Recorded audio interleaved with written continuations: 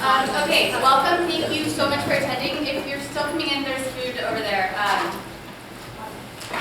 I guess this is, or in case you didn't already know, this is day one of a 3-day event that there's 7 student organizations hosting this. It's on the back of the brochure if you want. I don't think everyone's fine rattling them off, but and I guess for all dealing with cyber civil rights, and I think it'll be super informative, so I'm glad they're all here. Our first speaker is Professor Naomi Goodno, who hopefully you've all had the pleasure of, I don't know, knowing how wonderful she is. If not, I think you will in the next couple of years.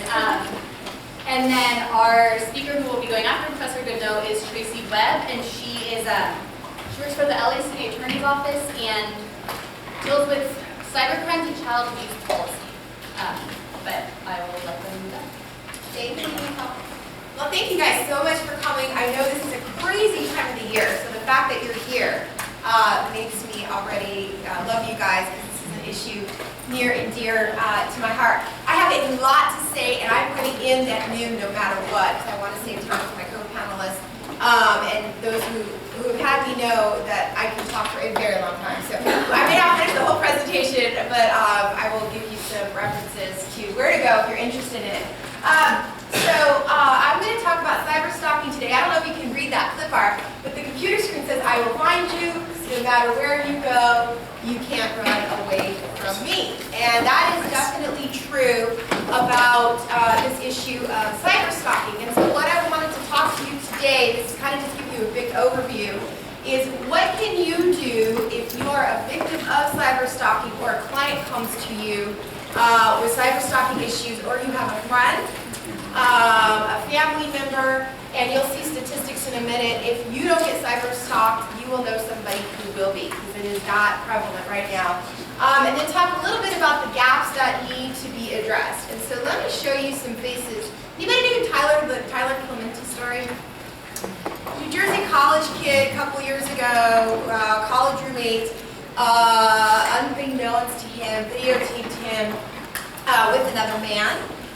He had not come out of the closet yet, and then they went ahead and took that videotape, posted it all around the campus. It ended in him jumping off of a bridge. So very tragic case.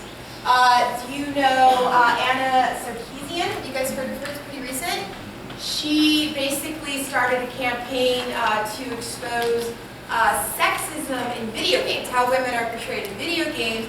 Huge backlash, threats of rape beating her up from anonymous sources. She's still going strong.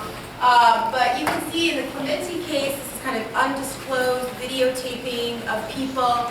In the Sarkeesian case, it's anonymous online bullying. They call it cyber mob attacks, where you get a whole bunch of people mobbed together and you just kind of attack this person's blog or something like that. This one in the corner, Carla Franklin, she's actually a Columbia Law student. She was cyber attacked by her ex-boyfriend. Actually, not even a boyfriend, maybe they dated for about 3 or 4 months. Anyway, after she broke up with him, he started using her cell phone number. How he did it, I don't know, because I'm not savvy enough, to text other men, basically asking them to come and rape her, giving personal information out. And so she was getting harassed by what I call innocent third parties, duped into harassing a person on the cyberstalker's attack. So basically impersonation, right?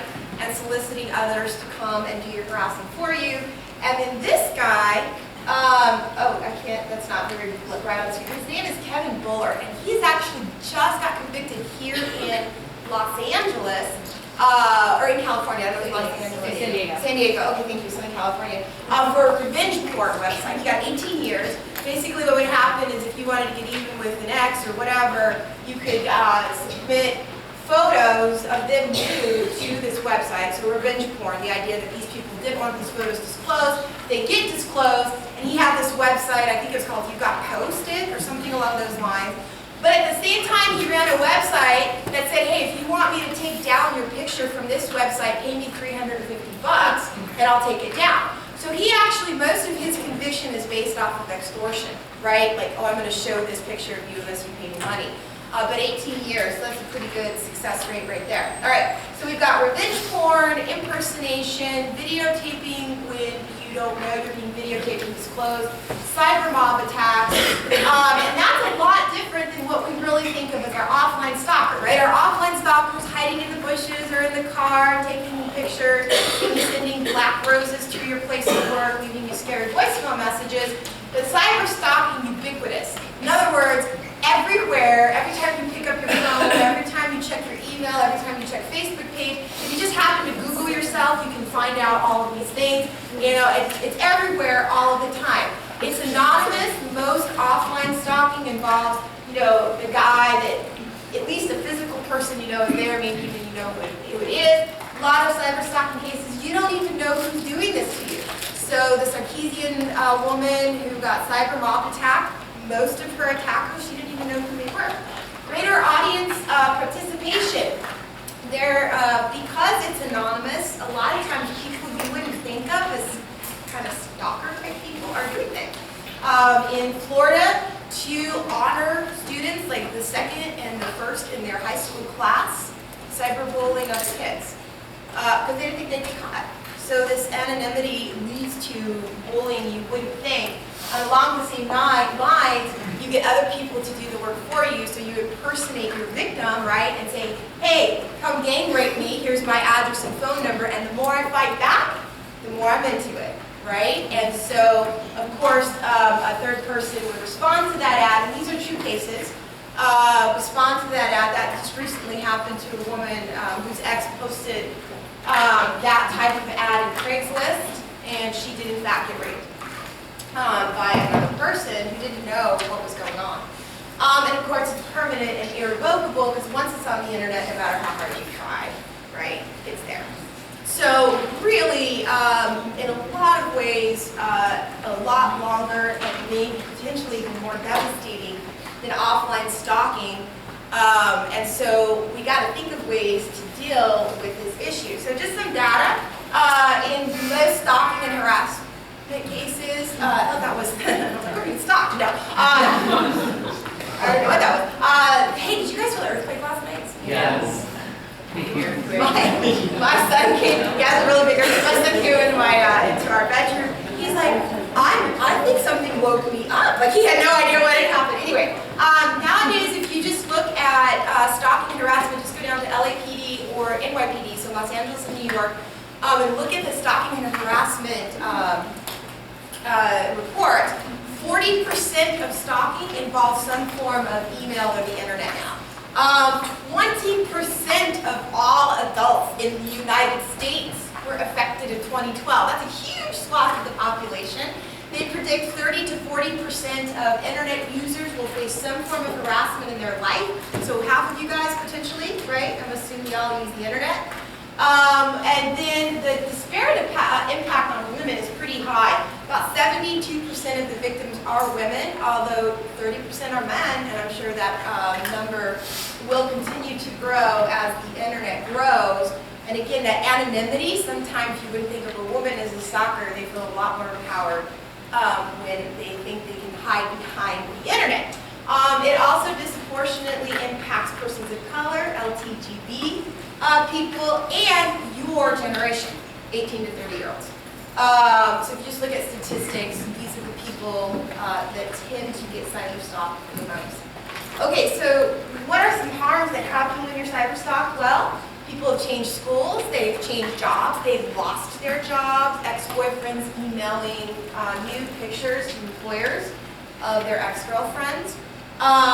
Moving, job loss, some people flat out just don't even get involved in the internet world anymore. They take all of their Facebook down, get off of email to the extent that they can. Obviously it's very expensive because if you try to do anything, there's legal fees. If you try to remove your images online, moving expenses, damages, probably untold amount of damages, anxiety, panic attacks. Every time you get like a little notice, you get an email or a Facebook posting, you don't know if it's going to be a good or a bad thing. And then of course, really bad thing, physical stalking, rape, and suicide, maybe even murder. So really big issue, very big issue. And the most important thing to really remember is it's really hard to stop it. once it starts. And even if you catch the perpetrator, he goes to jail or she goes to jail. It's still out there. It is still out there. So it is incredibly a difficult issue for us to deal with. Okay, so what I want to spend about 10 minutes talking about are the buckets of which you could potentially seek remedies. And I'm going to go through this rather quick because it's just a bunch of laws and it's just brainstorming what you could do and talk a little bit about the gaps in those laws, and if we have time, talk about some First Amendment issues. So in civil, there's tort and copyright law. There's some problems because of legal fees.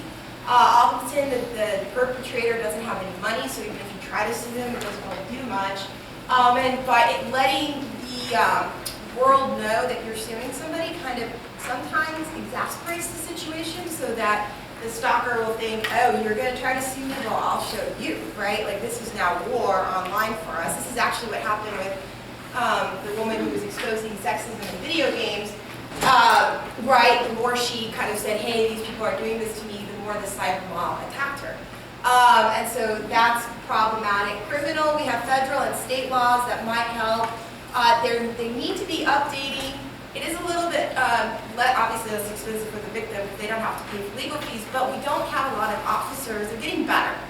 But a lot of officers and prosecutors and judges just don't see this as a dangerous situation as it is. And then there's some other things we will talk about, civil rights maybe, providers like YouTube, Facebook, whatever, how they get involved, and then training. Okay, so our torts, we can do defamation, particularly libel, right? So if you do a false written statement about somebody, you can potentially sue them for defamation. Intentional infliction of emotional distress, IED. Invasion of privacy, you guys are like you're in a torts review class right now. Invasion of privacy, public disclosure of a private fact. So if you disclose something that a reasonable person thinks would be private, like a nude picture, then potentially you have an invasion of privacy claim or intentional intrusions of private affairs, such as hacking passwords. All right, so you can get them on those things on the court side. Some scholars have argued because when plaintiffs go to sue the defendant, they get attacked more online, that you should allow plaintiffs to sue in a pseudonym name so they can actually keep themselves somewhat anonymous. Most judges don't allow this, but it is some scholars out there trying to push for this.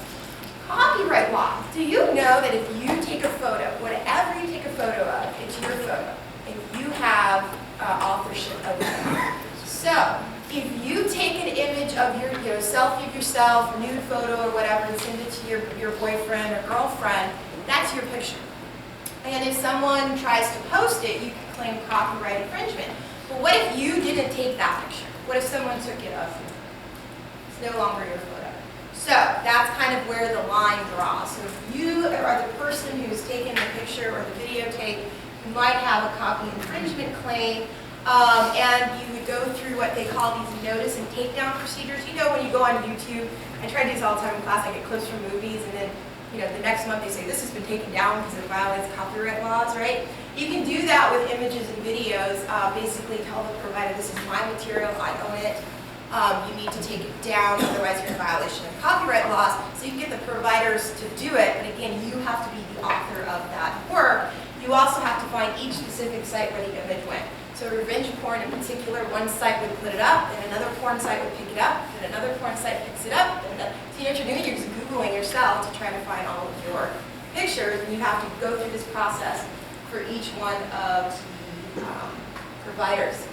Criminal law, these are 3 federal criminal laws that could help. There's a stalking statute that is a felony statute, which basically says if you intend to cause substantial or fear of serious bodily harm or substantial emotional distress, then you might be able to get them on a felony charge. Misdemeanors, a little bit different, doesn't require that serious bodily injury element, and that's a misdemeanor. And in 2004, they just passed this Video Voyeurism Prevention Act, which is a really good law, basically criminalizing non-consensual peeping or disclosure of a nude image. So that would cover the Tyler Clementi case when his roommate's taking pictures of him with another guy, right? Because it was non-disclosed. Here's the catch though, because it's a federal law, it has to have happened on federal property. Well, what are federal properties? Like the Army base, right? It's not us. And so there's huge gaps because states don't have similar laws. In fact, only 5 states have laws like this. So revenge porn or non-disclosure, people videotaping you and getting on the internet, there's still some big holes in that. Criminal law state assault. You guys ready? Because we're doing a review of this too. Assault, and then stalking and harassment. I'm generalizing here. Generally, stalking is a felony and requires an actual threat in addition to kind of this fear, whereas harassment generally is a misdemeanor. Not necessarily always true. State laws differ with 50 states. They all kind of title them differently. But the gaps in here is that sometimes it requires the stalker to have harassed the victim. And so in a situation where I'm trying to get back at my ex and I get all of his nude photos and I send it to his mom, his friends, his school administrator, I've not sent it directly to him. And so I have not actually stalked him. And so some state laws have that to kind of language, like directly to the victim, and so there's some holes there. And in fact, in 2013, a defendant, this was just a couple years ago in New York, posted ex-girlfriend's nude photos on Twitter, emailed it to her employer and her sister. In fact, she lost her job over it, and was not able to get harassment state charge against him because it was not to the victim. So you can see it's just weird, these little tiny holes in our law can create havoc on these cases. There's some statutes that have language like, well, they can't annoy you. Those can be constitutionally vague, so we have some constitutional problems with criminal state laws as well. Some other state laws you can use, unlawful surveillance, so taking photos when nobody knows about it. The problem is that even if the photo, if the image was originally made with consent or by the victim, then it doesn't hit an unlawful surveillance, right? So if I'm taking selfies of myself for my husband and he goes and posts them, it's not unlawful surveillance because I gave it to him, right? So you can't get it there. That third-party harassment, where I said you try to get other people to harass for you, right? You take an ad out on Craigslist and say, if you want a good time, I like to be game raped, and the more I fight back, the more I like it, right? So third-party harassment, you can try to get them on solicitation or impersonation. A lot of times those only come with very low prison terms, like 5 years, 3 years, maybe even like less. In the Clementi case, the roommate that took the video of that boy, which I think led to the boy's suicide, he got 30 days jail, and he's appealing it. So you can see there's not a lot of bites to some of these. You could also go the computer crime route, hacking, if they're taking your social security number, your passwords. Video voyeurism, it kind of goes along the same line as what I was talking about with the Federal Act.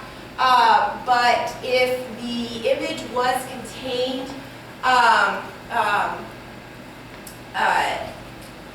so if I take it, it's bad, but if I publish it, it's not criminal. Does that make sense? So it's really the taking of the video is bad. So somebody just hands me a video that I had nothing to do with taking it, and I publish it, I'm not usually covered under these acts. Aiding and abetting identity theft, again, if you're stealing information, if this person's stealing information and posing its use sometimes, or selling your information. Harassment and stalking often require this true threat requirement is to get around First Amendment issues. Basically I have the freedom to say whatever I want to say. They say, well, stalking and harassment is kind of this, especially on the internet, is the written word. And so I wrote a whole article on this in 2007 that basically said that requirement that should be a true threat should be replaced by kind of a course of conduct that would rise to substantial emotional distress. So me posting your naked pictures on a revenge porn website, I'm not threatening you, but it's terrible, right?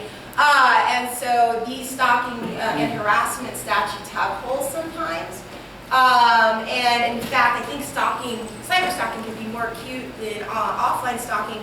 Because imagine in the old days, what stalkers had to do? Like they had to call you, right? Like on the phone. And maybe leave you a voicemail message on your answering machine. Maybe they do 20 messages, that was bad. In 5 minutes, how many messages can I get out on the internet? I could just do an email bomb. I could just have a loop so my computer is just constantly sending me messages, right? So it's more acute when you're cyber stalk. These people are pretty smart. And so there's gaps there, and then as I said before, the state voyeurism laws are not as good as the federal laws. In New Jersey, and you can see 5 states, including California, they have something similar to this, but California does not cover nude images if I took them of myself and gave them to you, and then you post them, and it's also just a misdemeanor right now. So that's why that guy that got 18 years down in San Diego for the revenge porn, he actually got it on extortion, not on cyber-stalking or that type of a thing. Right now, there's something like this pending in 22 states, and so we're hopeful that it'll be a little bit better. Okay, other remedies. There's a book, and if you guys are interested in this topic at all, I want to give an overview. Hate Crimes in Cyberspace. This is, yes? The bookstore has that 15% off if you buy it today or Wednesday or Thursday. This is like the best book ever. She basically covers everything I just covered, but more in detail. And she argues that it actually could be a civil rights violation. Cyber-stalking could be. The idea being if you are harassing somebody because they're a member of a protected class. So think of the woman who basically said that there's, I'm trying to expose sexism in video games, and then she had the cyber mob attack her. The idea would be it violates her civil rights because she's a woman of protected class, and they are attacking her because she's a woman, right? So that's kind of how the argument would go. California law has something very similar along those lines. Never has been used to actually go after cyber stalkers, as far as I'm aware. So this is kind of a new legal theory that's out there, but you can see in the Sarkeesian case that might actually work, but you would have to be a member of a protected class for that. Other remedies. Okay, provider's role. Well, what about the ISPs, the Yahoos, the Googles, the revenge porn operator website, right? What about these people? Like, what are their social networks? Facebook, MySpace. Is MySpace even a thing nowadays? That's because there's so much cyber stalking going on, right? Basically shut it down. Well, here's the deal. There is a code, section 230, that says providers have no liability.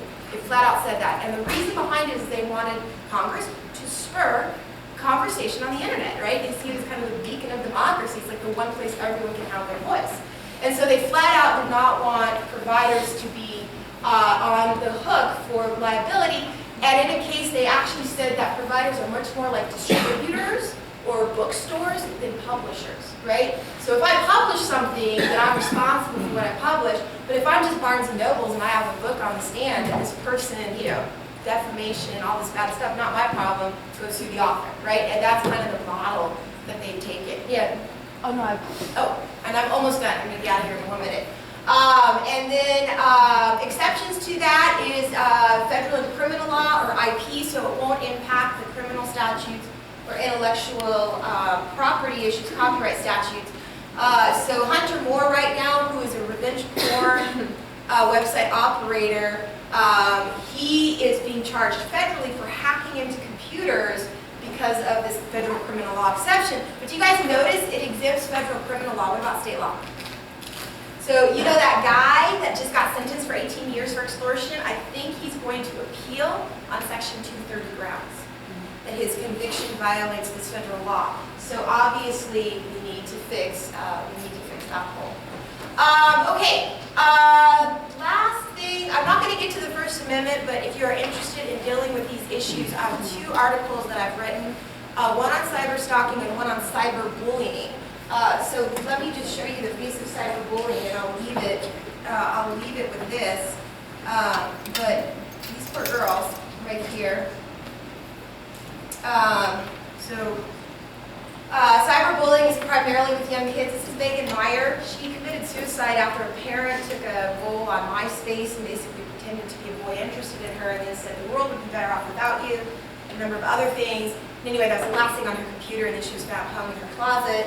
And then Phoebe Prince, who was cyberbullied for like 6 months to a year in her school. Her school did nothing about it. 6 people were charged with cyberbullying, 2 of which were charged with gang rape. So it did lead to that, and ultimately to her suicide. So it's a huge issue, and there's a lot of First Amendment issues involved. But I really recommend, if you want to come talk to me about it or read my articles, to try to explore those issues. But that's kind of an overview of kind of statistics, remedies, and the problem with this. I'm going to turn it over to my other panelist here. Just look at the screen. Thank you so much. Thank you.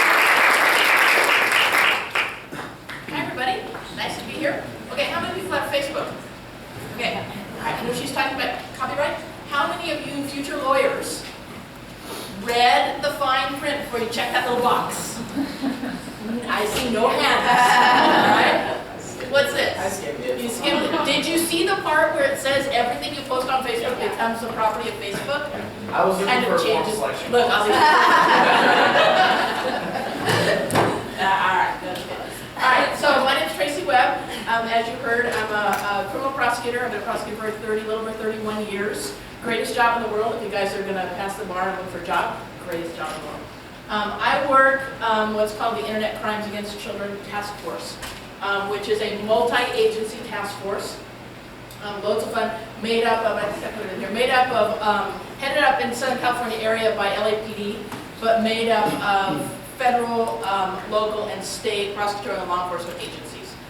So that means, FBI, Secret Service, Department of Justice, U.S. Attorney's Office, Sheriff's Department, LAPD, all these other agencies. And we all work together, 48 of us, in a bunch of little rooms in Long Beach and downtown. And what we do is we investigate, serve the search warrants, prosecute internet crimes against children. So it could be pretty much any of the crimes that we're talking about, or any of the crimes that might happen against kids. So we're all the prosecutors on there are cross-designated, so we have the option of filing charges in either state court or federal court, depending on a lot of the charges that you just heard about. Kind of depending on the way we base it, this will not be a bar exam question, where we get the most bang for our buck, really. We look at our evidence, and we'll talk a little bit about how we seize the evidence in a second. We look at the evidence and we think, okay, where are we going to get the most time, either in jail or in prison, state or federal. And then we file it that way. And sometimes, because of the nature of the internet, we'll have a situation where, say, our suspect is in Southern California, but our victims are in North Carolina or something else. So that gives us, obviously, the jurisdictional issue to file it wherever. So we had a case like that not about a year ago, and I filed it in state court because we figured we hadn't gotten the forensics back yet, and we figured it was probably a better case for state court. So we file it in state court. Once we get the forensics back from all the computers, and forensics takes a long time, and so once we get it back, we get all sorts of additional evidence that helped our case. But we also saw that our suspect here in Southern California had traveled to North Carolina. We had 7 victims. Traveled to North Carolina to have sex with the kids. Well, in federal court, in the U.S. Code, we call that traveling. That's a unique legal term. So we call it traveling, but that's a mandatory minimum 30 years in federal prison per victim. You do the math, all right? So we dismiss it in state court, we refile it in federal court, and so in addition to all the other counts that we have, we've got those of you who didn't, I went to law school so I wouldn't have to do math, but that's, 7 times 30, so it's like 200 plus years, right? Somebody heard it right. So anyway, so that's kind of how our task force works, as far as sort of having that ability to be cross-designated and sort of pick and choose state court laws and federal laws. But as you heard, the laws are still woefully behind the times. And we do a lot of legislation. We spend a lot of time in Sacramento and in DC kind of trying to update the laws. We still have laws on the books, believe it or not, in California and other states that have the word facsimile. Anybody know what that is? Yeah. Nobody uses them anymore, but they're still in the law. So it's a big task for a task force to not only investigate, prosecute the cases, but also try and work on updating the laws. So there's a jurisdiction, just real quickly, of our task force. We go northern border of Santa Barbara County to northern border of San Diego County, and then east to San Bernardino Riverside. So it's a pretty big area. We have, as you can see from the blue dots on this map, we have task force all over the country because, as I just told you, we need to deal with the North Carolina troopers that are part of the task force in North Carolina, in that case I just told you about, worked really closely with us on that case. So we have to have these task forces, we call them ICAC, all over the country, all over the world. We work a lot. The FBI heads up the Strategic Alliance, which World Wide Web, right? So we have to interface all the time with countries. We work a lot with Interpol, with the Mounties, and basically any place we have diplomatic relations, we have jurisdiction. Inevitably, when I do these trainings, somebody will say, "Why are you talking about that website? Why don't you shut that thing down?" And it's usually because it's based on this one. We don't have jurisdiction to shut it down. So my job, what I'm normally do is technology-facilitated crimes against children, big mouthful, mostly a wide variety of crimes happening with kids. And one of the things, this is a review for, did somebody just shudder when I said that? This is a review of your criminal procedure, right? And we do a lot of search warrants, and I bring this up mostly because, you know, from a practical standpoint, we deal with Fourth Amendment, Fifth Amendment search warrant issues all the time, every single day. So it really, if you end up being a prosecutor, it really will come in handy, what you've learned in criminal procedure. But one of the main things that I have to stress a lot as the big bad prosecutor to the law enforcement officers is when you're serving a search warrant, you have to write it very carefully. We're talking about forensic evidence, and we're talking about forensic evidence of technology-facilitated crimes. And what I usually tell the cops is, if you're looking for an elephant as part of your evidence, then when you serve the search warrant, you don't get to look in the dresser drawer, all right? That may be a bar exam question. So, but because our evidence, when we're looking for evidence in our search warrants, we obviously do it very carefully what we're looking for and go through this pictures. The excitement of what it looks like at 5, 6 o'clock in the morning. But the specificity of our warrants are very, very broad, but very specific, if you can imagine that. Because a lot of times what we're looking for, we could be looking for, say, a server that could be the size of an elephant, if it's a really old one. We're also sometimes looking for tiny little flash drives. We found one recently that was smaller than the nail on my little pinky finger. It was amazing. It was hidden in a manila folder. And if it hadn't been a good investigator, we would have found it. So, you know, we're seizing these kinds of things, you know, big towers and CDs, sometimes those guns. We had a flash drive hidden in the barrel of one of these guns. So when you're talking about search warrants, you know, when you're writing the search warrant, you would never think we want to seize guns on a forensic computer warrant, because where's the causal relationship between the gun and the forensic evidence? But you can almost be that broad, because sometimes they can hide them in just obviously just about anywhere. So, you know, they take those flash drives, they take the CDs, they take the towers and everything, and then we actually have a mobile command unit that we take out to the search warrants, and then they just load everything on the screens and, you know, check it out, see what's on there. We just have a bunch of forensic detectives. Some of these are sworn officers, and some of these are actually lawyers, if you're looking for a career. And they go through, look at everything that's loaded on these drives and find stuff. So that's just sort of a little background on what the task force does. But when we're talking about sort of today, and this really is speed time, because this is like a 2-hour presentation, so I'm going to talk really fast. Sort of the sexual solicitation of minors and sex trafficking, and how that sort of fits into our world. Because probably what I've done primarily for about the last year is just sex trafficking where its origin was online, its origin was on the internet. And so when we're thinking about this, we have to think about sort of the victim and the victimology piece and what victims are up against. And I use this example, I did the keynote at the American Academy of Pediatrics. You guys are so easy. A room full of doctors, super scary. Because they're like, oh, you're a lawyer, what do you, it's that thing they don't like us. But we get used to it. But we have to think about sort of victims, kids who are using the internet, who are just kids, and they don't necessarily think things through, they don't necessarily have mature minds like we all do. And so what are they up against when they sort of sometimes trip themselves into the trouble they get into when they're online? And I was speaking at I got this story from a victim, now survivor, of sex trafficking that came up to me at a conference I was speaking at in Miami. And she came up to me afterwards and she was talking about something else, and she ended up telling me this story about she'd been trafficked since she was an adult, so she was 19 at the time. She'd been trafficked since she was 11 years old, and all over the country, all over the United States. And she told me a story about when she was 15 years old, and she was involved in this ring with these pimps, and her pimp just used to beat her up all the time. And beat her up and beat her up and beat her up, and just at one night, a particularly horrible, awful beating, where she literally just ran in the night. It was the middle of the night, and she just ran and ran and ran, and kept running, didn't know where she was, didn't know which city she was in, she just kept running and running and running. And she actually ended up at a hospital, an emergency room. And so she thought, in her 15-year-old terror, she goes into the emergency room, and she's all bloody and battered and bruised and really pretty messed up. So she goes into the emergency room, and they do the triage, and they put her in a room and say the doctor will be with you shortly, like they say. So she's sitting in this examining room waiting for a doctor, and she's terrified because she knows she's under the threat of being killed by her pimp because she's now in an emergency room. Plus she hurts from head to toe. So she's sitting there, and as she's sitting in the exam room, she's sitting there and she looks at, there's a poster on the wall, a poster that I didn't put in here. And so there's a poster on the wall, and it says, you know, if you're being held against your will, or if you're being forced into sex on the streets, call this number. And so she's, you know, pretty out of it, but she sees it, and she's thinking, oh, that's interesting, that kind of sounds like me.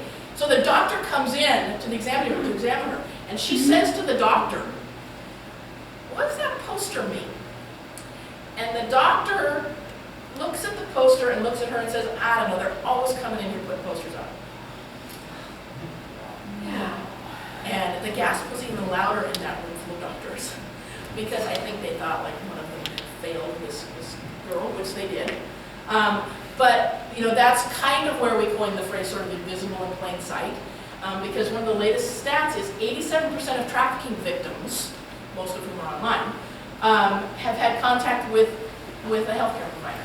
So we have these victims, hopefully survivors, who are in the world with us, sometimes in the emergency room, and we have to pay attention to who they are, how they got there, and what their issues are. So here's a quick quiz for you. Don't get nervous, I don't like quizzes. Is the internet a series of confusing O's, ones, and twos invented by algorithms? Always gets a laugh. An evil time sucker with little to no redeeming qualities. One of the greatest facilitators of human trafficking in commercial sex markets, or none of the above. I gave you the answer, right? But a horrifying thought if you think about it, because every single one of you uses the internet all the time for all sorts of reasons. We all do. But if you think about it as one of the greatest facilitators of human trafficking, that's a little bit horrifying, but true. And 3 out of the 4 victims that we're talking about are trafficked online. And so that makes the internet an amazing place and a super dangerous place for adults and for kids. And you know, here's a fact, kind of a horrifying fact. Aside from the drug trade, which is the #1, human trafficking is the fastest growing criminal industry. Probably because of the internet, and the internet growing so fast, changing so fast, and being accessible to so many people. Because we think about human trafficking, you think, oh, that happens somewhere else. That happens in other countries, except that it doesn't. It happens here. And that's a really, really horrifying thought for all of us. So Johns Hopkins did a study not too long ago where they were looking at the origins and destinations of human trafficking victims. And you see where all those arrows point? Yeah, right here in the good old USA. And you kind of have to stare at this for a second and say, really? Because the origins and destinations of human trafficking victims, right here. Now, doesn't it make you want to move to Australia? But that means that you, as the future lawyer, as the future, hopefully, members of the criminal justice system, that we got to pay attention to this because it's happening here, and most people don't know it, and that's why it's so important to look at it. So when you're talking about human trafficking in the U.S., and these are I think 2012 stats, the latest stats we have. 80% are U.S.-born citizens. 90% of sex trafficking victims are women and girls, which means there are some boys, and there definitely are. We've seen them. 1 in 7 children received an online solicitation or approach. That's a lot of kids. If you think about all the kids that are out there on the internet, and more in California. And so horrifying thought. And DOJ now estimating 200,000 American children at risk. And I'm sure that this holds out. I'm sure it's higher now because there's so many kids out there on the internet. So anybody want to guess the average age of a sex trafficking victim in LA County? Any guesses? Okay, I saw our watch. Okay, 12. Average, which means you're right. There are 7 and 8-year-olds out there. Lots of them. The youngest victim I've ever dealt with as a prosecutor was 8 years old. An 8-year-old little girl whose 10-year-old brother was also involved. All because of, you know, they surf around the internet. They say, this is a news app and this is a new place to go. And they go and they check it out and they unfortunately get tripped up into it. And the way, so, it's not exclusively online. There are lots of, the old-fashioned way of getting runaways or, getting approached in the mall or something. We still see that. But for the most part, the vast majority of them is this human trafficking online using all sorts of different ways of doing it. And it's every minute of every day is the latest stat. Also horrifying, speaking about stats. But even the traditional apps, even the traditional websites, or semi-traditional websites, are being used by these traffickers, by these pimps, to lure, to groom, to get these kids involved in the trade. And so some of these might actually look pretty familiar. Swarm's pretty new. It's people who created Swarm, people who created Foursquare. You guys have heard of that. Ask.fm, hugely popular with kids. Omegle is probably the biggest thorn in our sides right now. We've had three high school girls from San Gabriel Valley almost get caught up in a trafficking ring because of Omegle. They spent 7.5 months talking to these cute, charming guys on Omegle because it allowed you to talk to strangers. And it's got video feeds, it's got textability, it's got photo sharing on there. And here are these three girls, a private school in San Gabriel Valley, and they 6.5 months they talked to these cute, charming guys who finally almost lured them into this ring by saying, the guy said, well, my dad's a movie producer and he's casting for a Super Bowl commercial. Do you guys want to come audition for a Super Bowl commercial? Well, these 15-year-old girls were like, yeah, I want to be in a Super Bowl commercial. And so they gradually groomed them and talked them into jumping on the metro, heading down to Hollywood. And luckily, the school called one of the moms. I knew one of the moms. She called me and said, what's going on? I said, look at the computer. We saw that she'd been on Omegle. Sent agents out to the house, and they forensically looked at it. This is all happening in the course of an hour, mind you. Went out to the address where the audition was in Hollywood, and our FBI agents literally caught the girls as they were walking into the building, and then busted up the trafficking ring. So all because they thought these cute, charming guys were really fun and really cool to talk to, and it's really cool to be, to audition for a Super Bowl commercial. So, Craigslist, super common. We just did a week-long training down in Newport about a sting operation we did just on Craigslist, just using Craigslist. There's a casual encounters link on Craigslist. Don't try it at home. Where you literally can go on Craigslist, go to casual encounters, and buy a kid. Yeah, I kid you not. So, a lot of these different kinds of sites with casting calls, and I want to be a model, and those kinds of things. Backpage, anybody heard of Backpage? Don't tell me. One answer. Backpage is like, it's like the cleanest screenshot I can show you. It's not even that clean, right? Backpage is like Craigslist for disgusting people. Another situation where you can literally go on Backpage and buy, in one transaction you could buy a couch and a kid in the same transaction and get it delivered in the time it takes to get Domino's pizza delivered. Super, super, super gross site. So don't check it out. So who are these people? Who are these people that are sort of luring and grooming and trying to get these kids? What's this guy look like? This guy was recently convicted of a sex trafficking ring out in Riverside. What's he look like? Who said a gangster? He looks like a gangster, right? He does. He's got a gun, he's got money, he's got a hat, he's got that look, right? Not to stereotype. He might be a fine, upstanding guy, but he's not. He's a criminal. Because I don't like criminals as a prosecutor. He's a rolling 60s Crip, and he and his homeboys got convicted of a sex trafficking ring out in Riverside last year. And the interesting thing that we're seeing in LA County and other places is that the criminal street gangs, who you would normally think would be selling dope and doing drive-bys, they've gotten into the business of sex trafficking of kids. Why? Because you can make a lot of money selling kids. A bundle of crack cocaine, I'm not even going to ask if anybody knows because I know none of you do, a bundle of crack cocaine on the streets of LA County sells for maybe $5 to $10. Okay? A kid, that 12-year-old we're talking about, somewhere between $300 and $700, 8 to 10 times a day.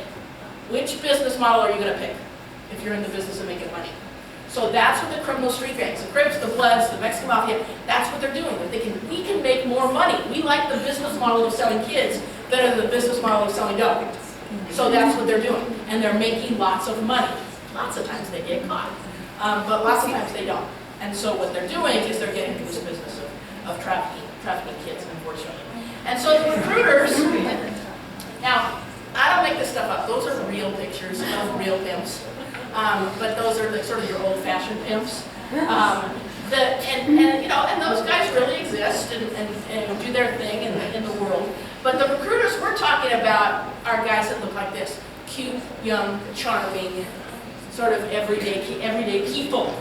And that's what they look like. They don't look like the creepy guy in the trench coat that's hiding in an alley.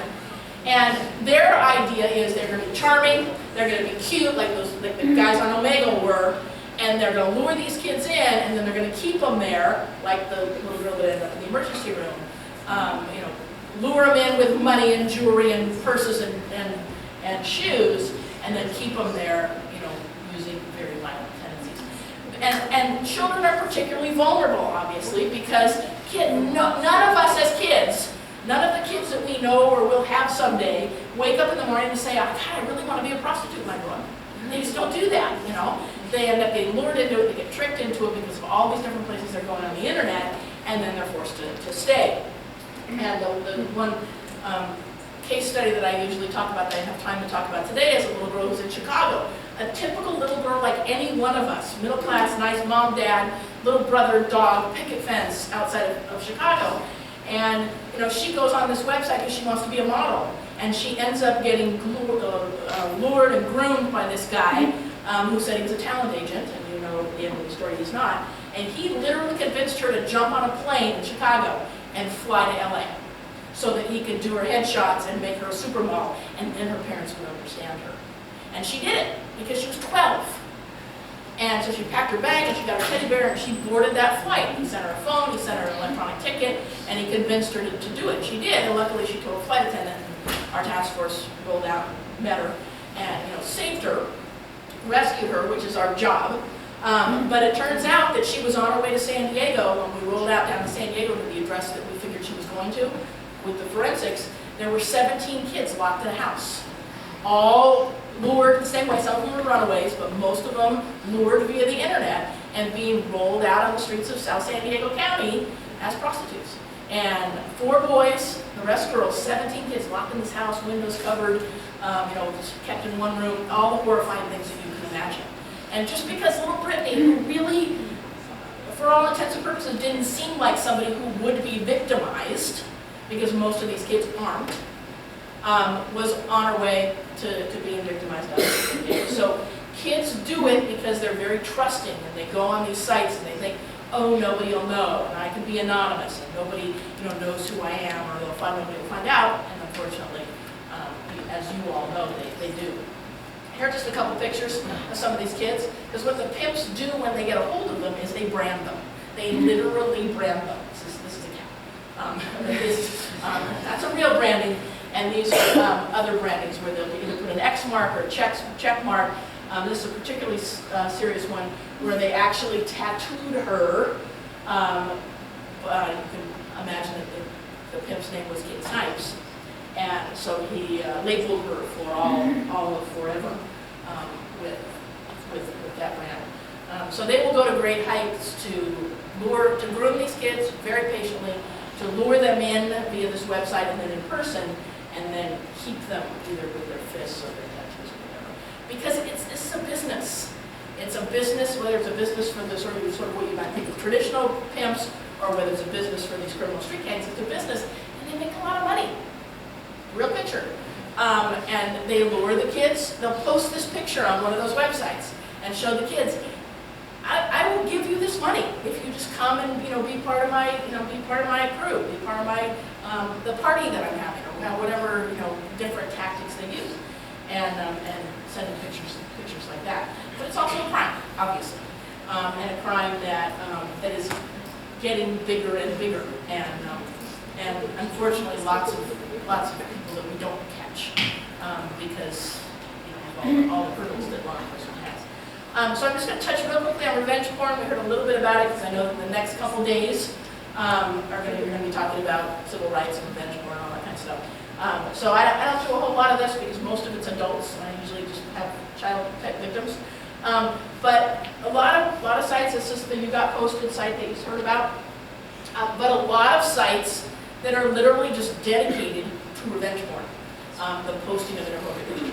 The most popular one seems to be this one, Hamster, which is particularly troubling to me as a mom, because all good parents, as you probably know, at some point when our children, your parents probably did this too, you give in to your kids who say, please, please, please, can I have a hamster? And I never wanted to get my kids a hamster because I just believe they're small rodents and I didn't want a small rodent in my house. But my kids begged and begged and begged, and so finally I got them a hamster. And then, but nowadays, my kids are older, but fast forward to kids, the 7 or 8-year-old who finally gets that hamster they've always dreamed of, the first thing they're going to do is they're going to go to the internet and they're going to Google, how do I take care of my hamster? Because that's what they do. And so if you do that, don't try it at home again. What you're going to get, like if you Google hamster, you're going to get Wikipedia, and it's going to tell you what a hamster is, a small rodent that you have in your house. And then all the rest of the hits you get are going to be this hamster website, which is basically a revenge porn site. You can see just porn, OBS. That's how they advertise it. And it's all sort of facilitating people who want to post revenge porn. You Got Posted the same way. You know, the dirty is sort of mainstream, but you're still seeing some of this on there. My ex is another one, and there are probably 400 more.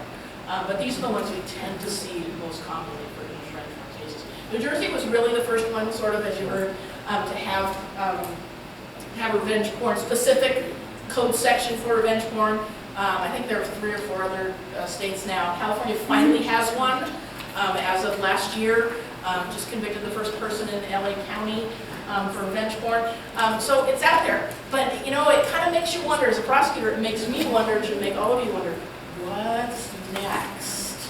What's next on the internet? I want to figure out what app that is so I can invent it. Like Instagram or Snapchat or something like that, but it's not. There's the language for the California Penal Code, it's 647.4J. It's basically exactly what you just heard. Don't post images, whether you own them or not. So just the tip of the iceberg, obviously speed talking both of us, but there's a lot more out there. There's a lot of really interesting things. I think we're going to open it up to questions for both of us. Do we have time for questions? Or well, if you need to leave, maybe we'll try to do 5 minutes real quick, but okay, if you need to leave, just do it quietly. If you have questions, or things come up, or you're interested in being a prosecutor when you pass the bar, I said that positive when you pass the bar, not if you pass the bar, when you pass the bar, feel free to email me, call me. I can point you in the right direction. I can answer any questions you have. I can introduce you to people that might have the answers to your question. So feel free to do that. I'll send that out. Well, all of the clubs, we'll make sure it gets to everyone and on Facebook also. Or you can take a picture. And then once you put it on there,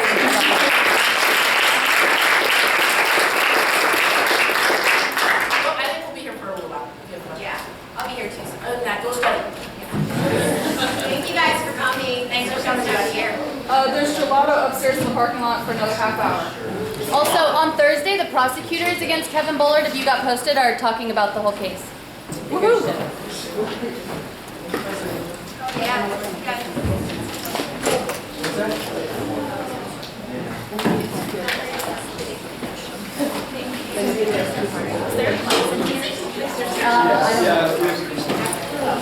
I know.